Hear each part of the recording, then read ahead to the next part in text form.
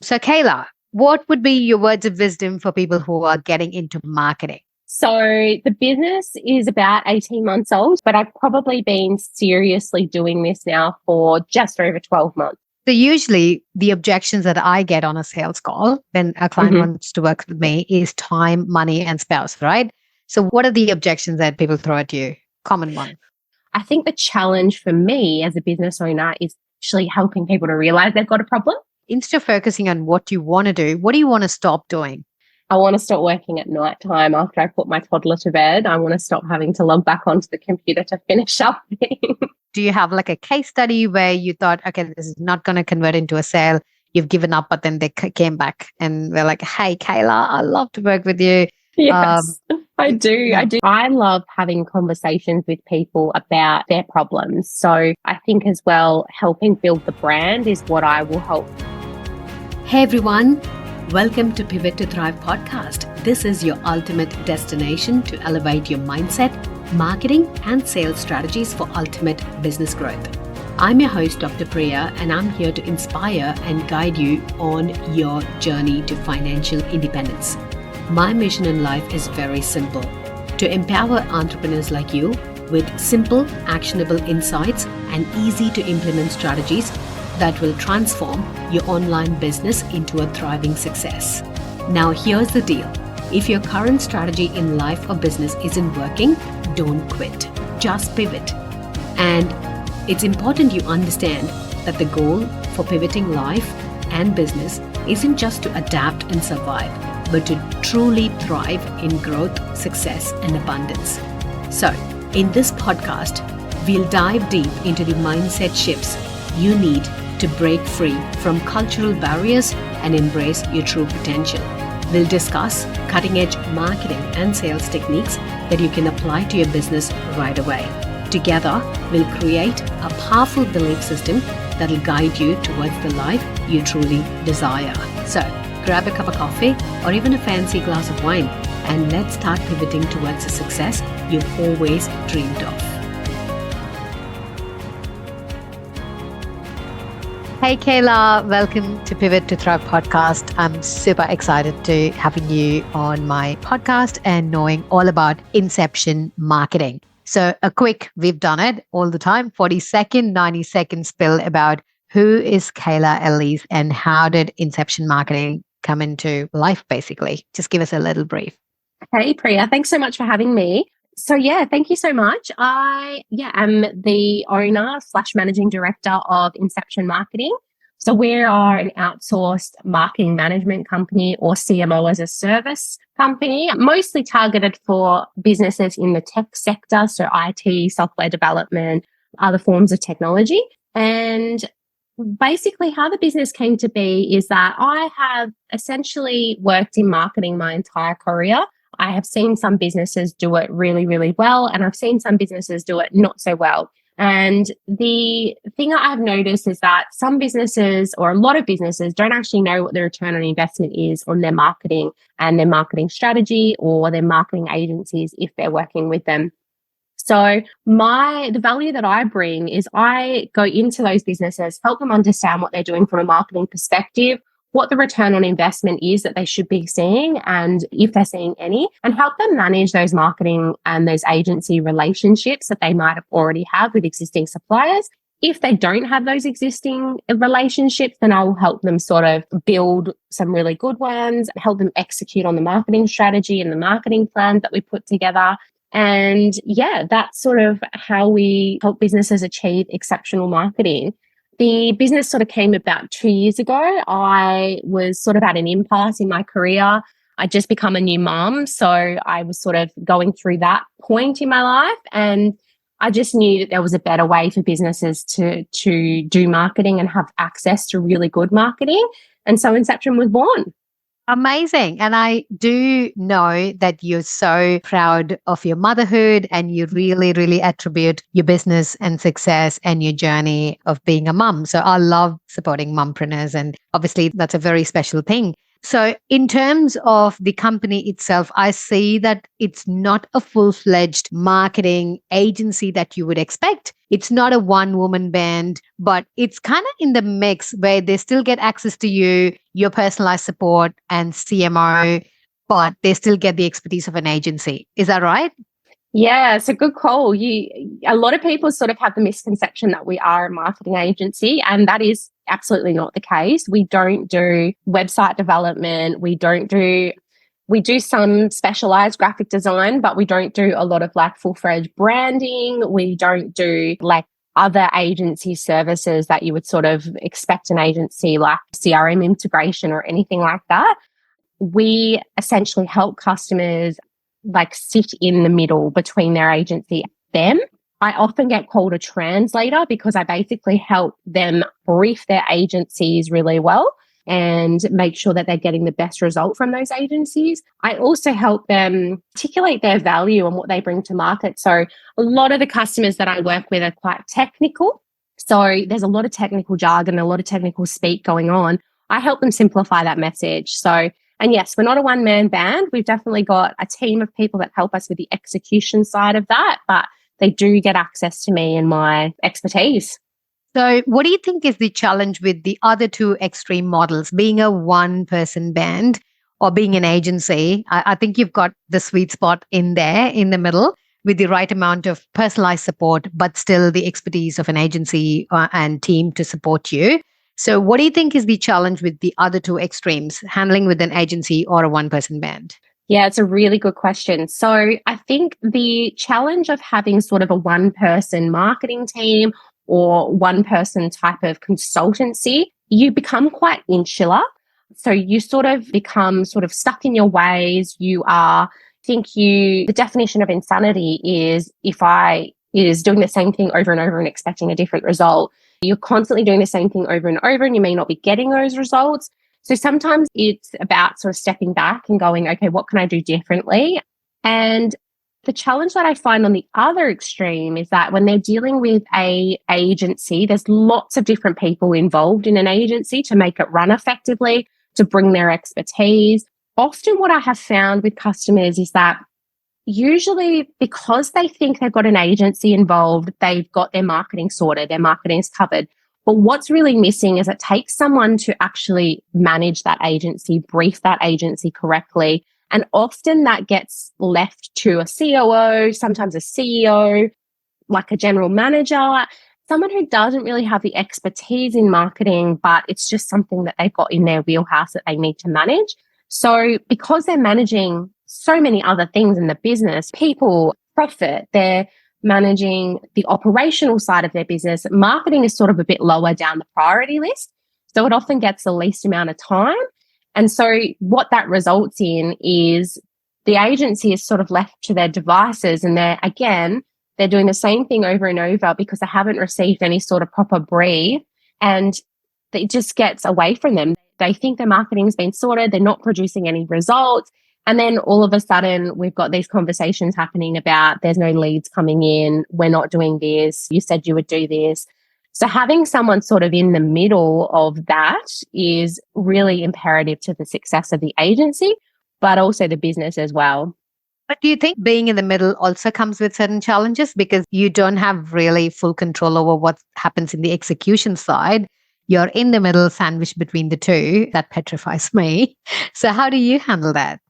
Yeah, you should see my inbox, Priya. It is full of clients and agencies and other marketing professionals. So it is a bit of a challenge. But I think having those clear guidelines in place, those clear expectations, reporting, things like that is really, really important, right? So understanding the brief very clearly from the client's perspective, but then also relaying that to the agencies and then sort of helping them translate what do we need from a reporting matrix to make sure that we're fulfilling the needs of the client. So it can sort of feel like the sandwich effect both sometimes and you're copying it from both angles. But I think having those really clear guidelines and boundaries in place for the client and then also the agency side of it can be really beneficial and helps you through it. Okay, cool. So is there a specific problem that you help with, or are you industry specific? Do you work, I know you work with tech industries, IT industries. Even in that, do you go problem specific for people who are struggling to get leads or people who are struggling to convert? Is there anything that specifically you help with?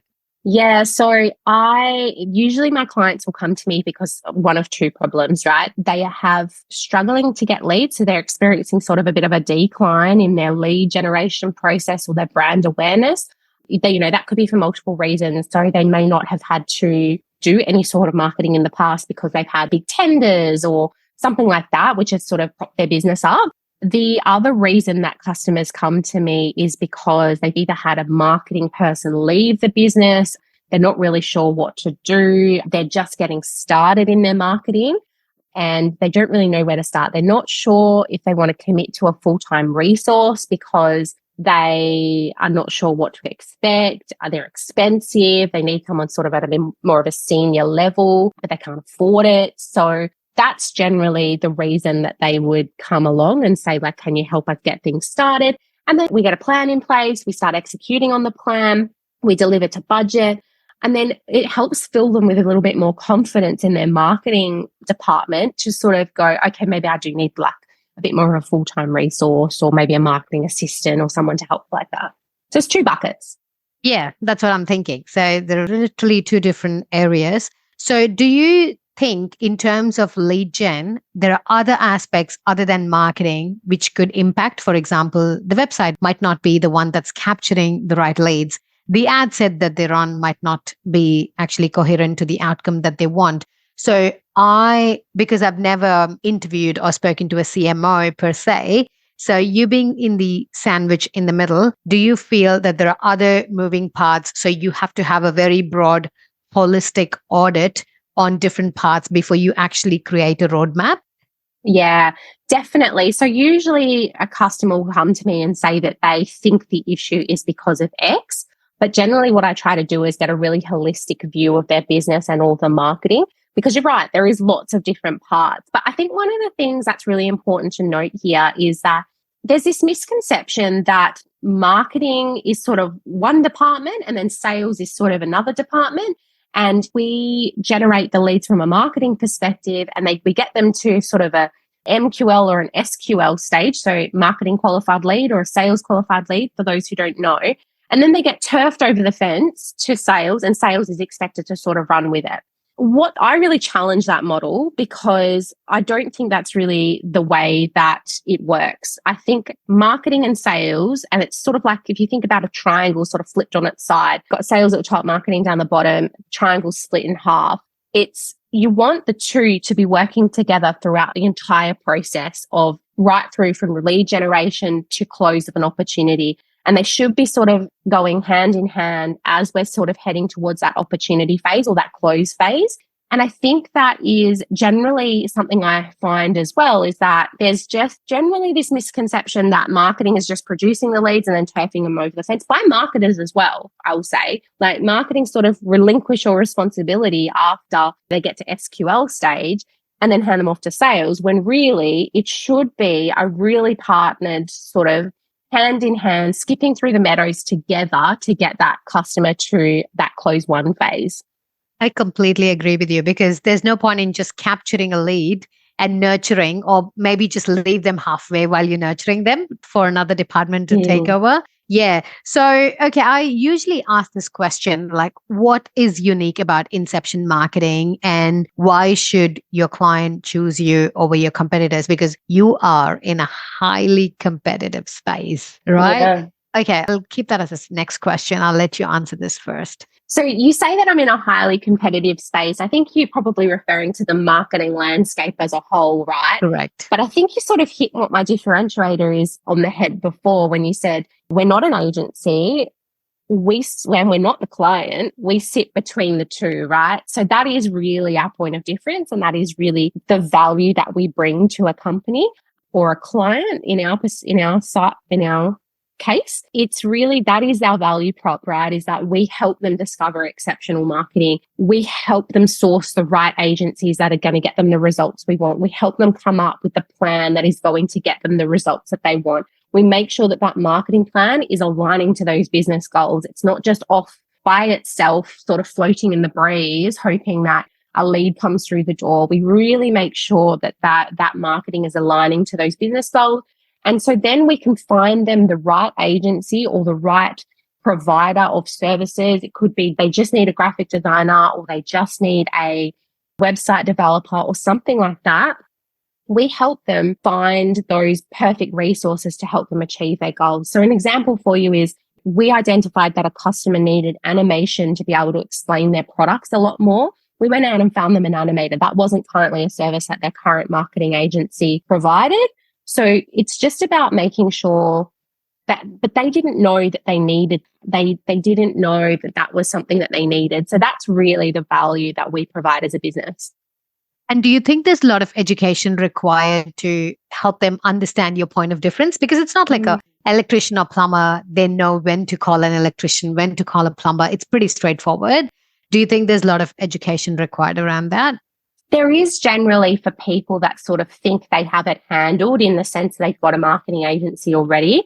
But I think when you look at that other bucket of customers who don't really know, you don't know what you don't know, right? So they don't really know. So they really see the value because they need that expert guidance to help them get the best result. So it's a bit of both. Some clients immediately see the value and some of my clients just go, I just want you to handle it. I don't want to have to think about it. Just give me a report every month.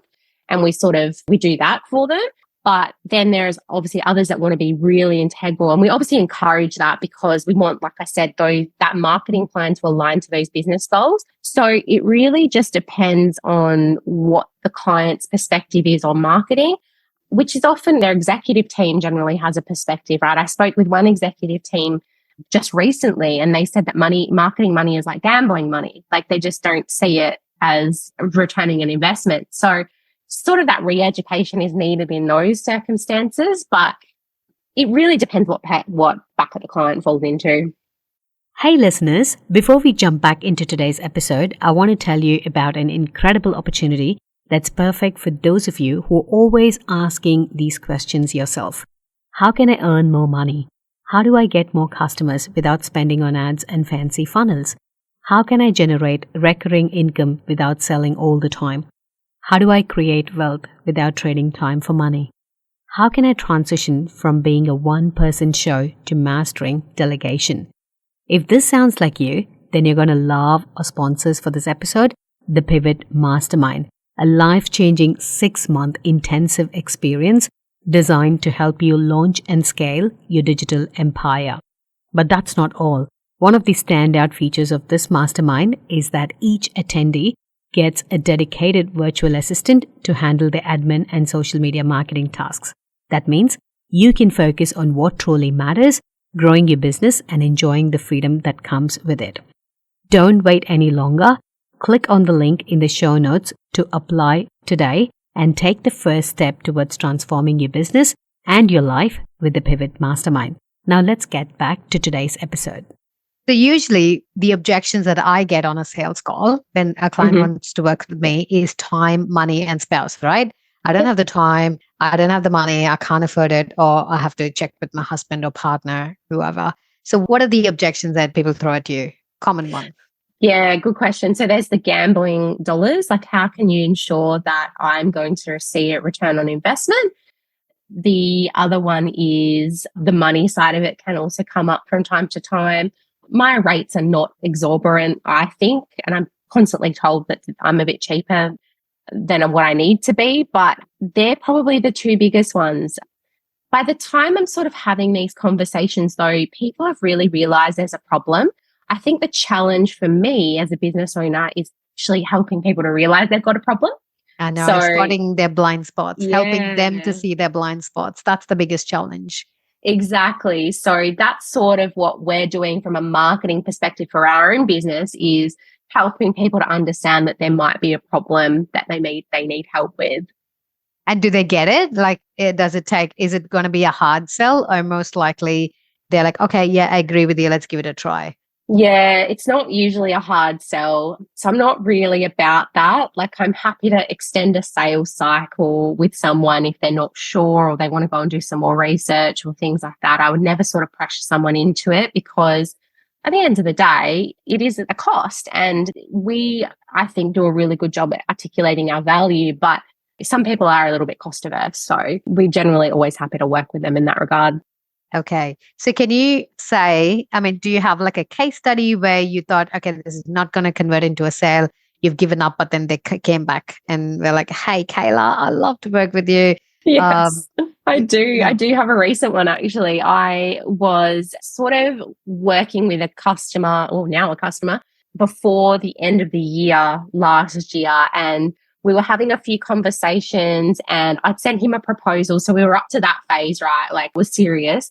And then everything just went quiet. Like, I was calling him, I was emailing him, I was trying to follow up, I was trying to get someone else I knew that knew him to follow up for me, and nothing. And then literally 2 weeks into the new year this year, it was like, no worries, Kayla, send me a contract. And I was like, oh, it was just one of those blue It's birds, weird, isn't sort it? of Like thing. you feel like Yeah. you've been ghosted and then suddenly they Yeah. probably are like, hey, what's up? Like nothing has happened. I'm like, dude, I've been trying to chase you for months.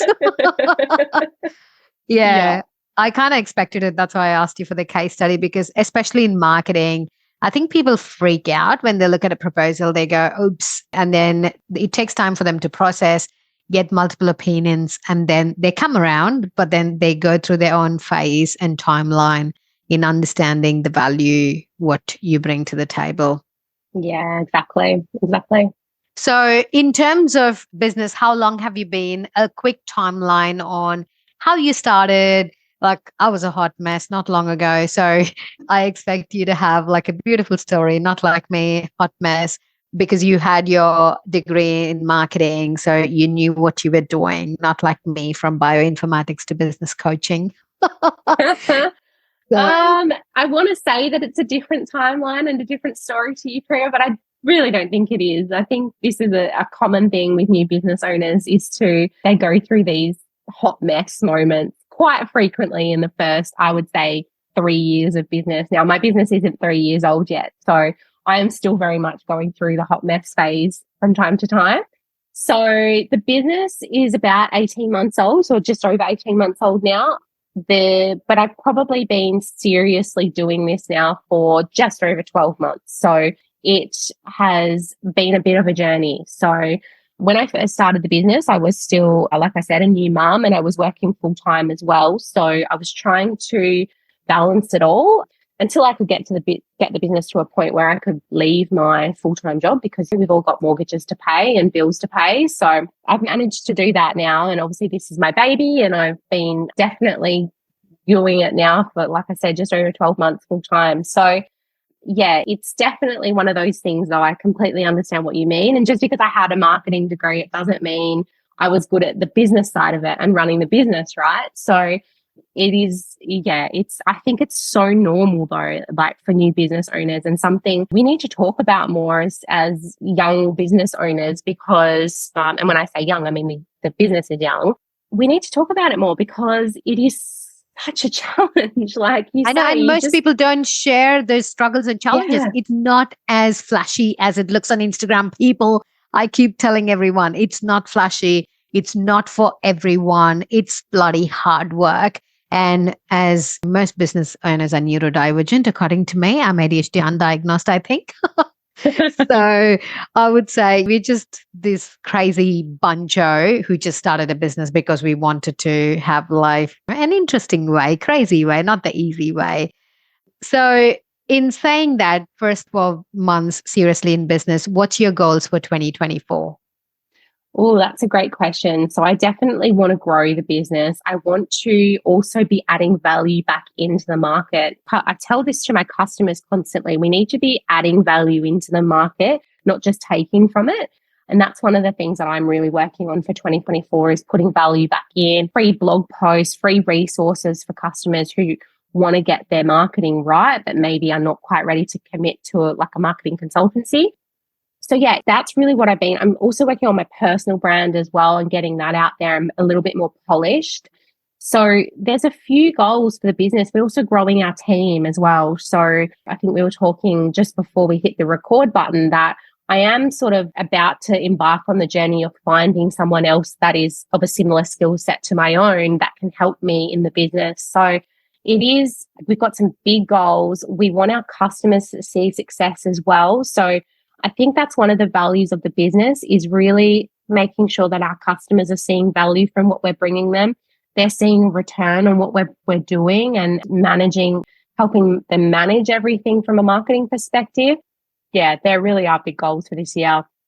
Okay, so when you have Kayla too come into the business, what is that you want to focus on? What do you love doing in different aspects of the business? Yeah, good question. I love having conversations with people about their problems. So what are they experiencing that not necessarily that we can potentially help with, but we can just offer some advice on?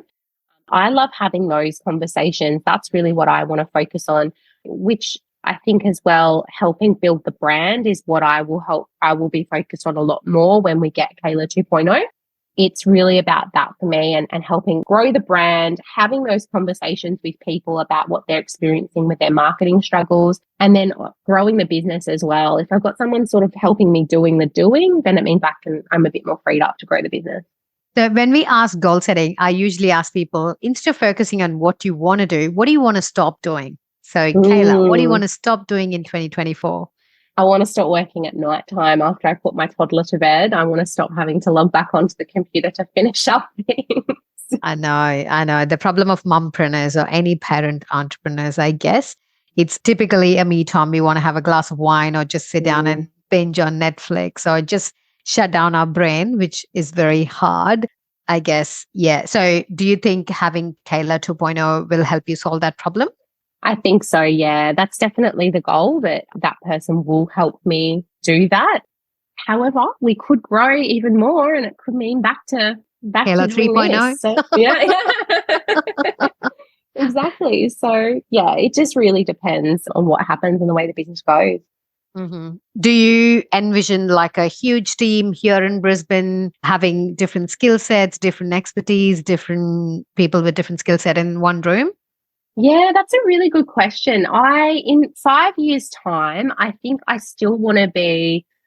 would still love to be working on my clients and helping with my clients.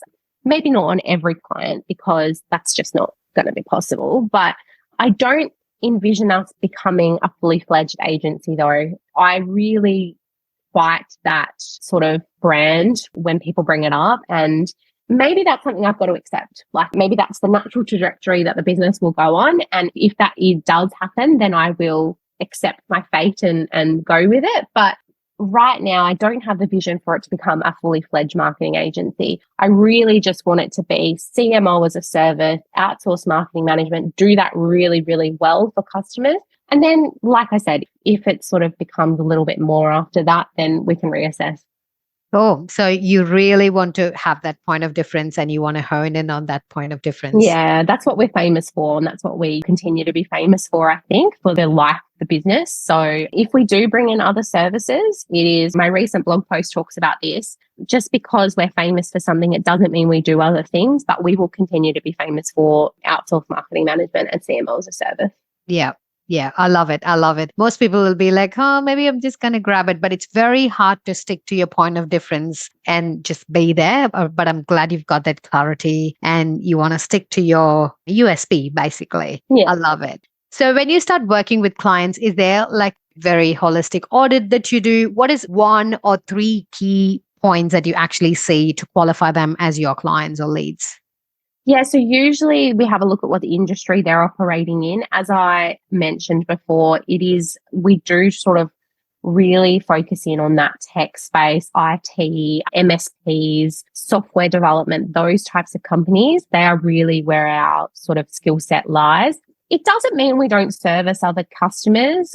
We do actually have a smattering of other customers in other areas, completely unrelated to tech. But that would be the first question that we ask, is sort of that, does that customer align to our values as a business in regards to, innovation and constantly moving forward and that 1% better every day sort of thing?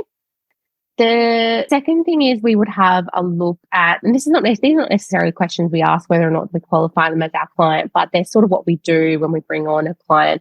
they generally have to have a problem with their marketing or know that marketing is the next step in their business evolution. So they have to identify that there's a problem themselves and they have to accept that there's a problem in themselves. Like those stages of grief, right? Like acceptance, you have to accept that it's happened. We generally have to identify that because our job is not really to convince them that there is a problem. Like they generally will come to us because they know there's a problem and they don't know how to fix it. So our marketing, our marketing side of the business, what we do for ourselves will help them realize that. But the acceptance phase is sort of when we start having the conversation. And then after that is we would run sort of a holistic view of everything they've done. And sometimes that is as simple as having the managing director or the owner or the general manager or whoever it is that's engaged this conversation on a call to talk us through everything that they've done. And sometimes it's us sort of getting into the business and discovering these things for ourselves and having a look at things like their Google Analytics on their website or their social media. Sometimes it is a little, and sometimes it's a mix of the two, right? So we'll get some information, but we'll have to go hunting for the rest. So they're sort of the three, probably not questions. So I don't know if it has answered your question, but they're the three sort of main points that we really strive for when we're onboarding a client. Yeah, because your services are unique. That's the reason I asked. Is there any key factors that you use to filter your ideal clients or see if you're a good fit? But you answered my question. Good. Thanks for that. I'm super impressed, Kayla, in such a short amount of time, having young girl. What's her name? Ariana. Ariana. Lovely. Yeah, I can see your love oozing out for your girl. I've got 2 boys and I'm like, I want a girl, but now it's too late. So I can see your passion for everything you do and the unique place where you want to stand as a CMO, as a service, not a complete agency, not a one-woman band, in the middle, in the sweet spot, actually addressing the challenges for both the extremes. And I love your journey, love massive value you've given for people who don't understand this model to basically articulate how the whole service works and why there is a need for this service at all. I think that's the hardest bit. That's the education component, to tell people Inception Marketing exists because there's this gap in the industry where you don't know what you don't know, and to bridge that gap between 2 different extremes. So you've really done well sandwiching between the 2. Well done. Thanks, Priya. And Kayla has kindly offered a no obligation chat for people who want to discuss their marketing requirements and see if Inception Marketing is a good fit for your business requirement. If you're already working with an agency and you're literally pulling your hair trying to communicate and make them understand the brief, then it's definitely worth having a chat with Kayla. I'm going to leave contact details of Kayla, her website and LinkedIn in the show notes below. So feel free to reach out to Kayla and book your obligation-free chat. So Kayla, what would be your words of wisdom for people who are getting into marketing? Oh, so you mean like new people that are studying? Yeah. Studying or thinking about starting a business or maybe freelancing or passionate side hustlers who want to jump the ship. What'll be your words of wisdom? Yeah, good question. I think it is figure out what you want to be famous for and market yourself as that. Just because you pick something that you're famous for, it doesn't mean you don't do the other thing. Ooh, that was deep and powerful. Thank you for sharing. Thank you, Kayla. I know you've had a very busy start to 2024 and it's a good problem to have. And I wish you more similar problems throughout the year and moving forward. I wish you all the very best for your personal life, your family, and Inception Marketing. And I hope you have a fantastic year ahead. Thank you, Priya. I really appreciate your time today. And thank you so much for coming on board today. Thanks so much. Thanks for having me. Thank you. I truly hope you enjoyed listening to this episode as much as I enjoyed creating it just for you. Please follow Pivot to Thrive podcast on the platform you're listening to right now. It would mean the world to me if you could leave a review, and I'm so excited to see you on the next episode. Sending you loads of love, positive and healing vibes your way. Stay blessed.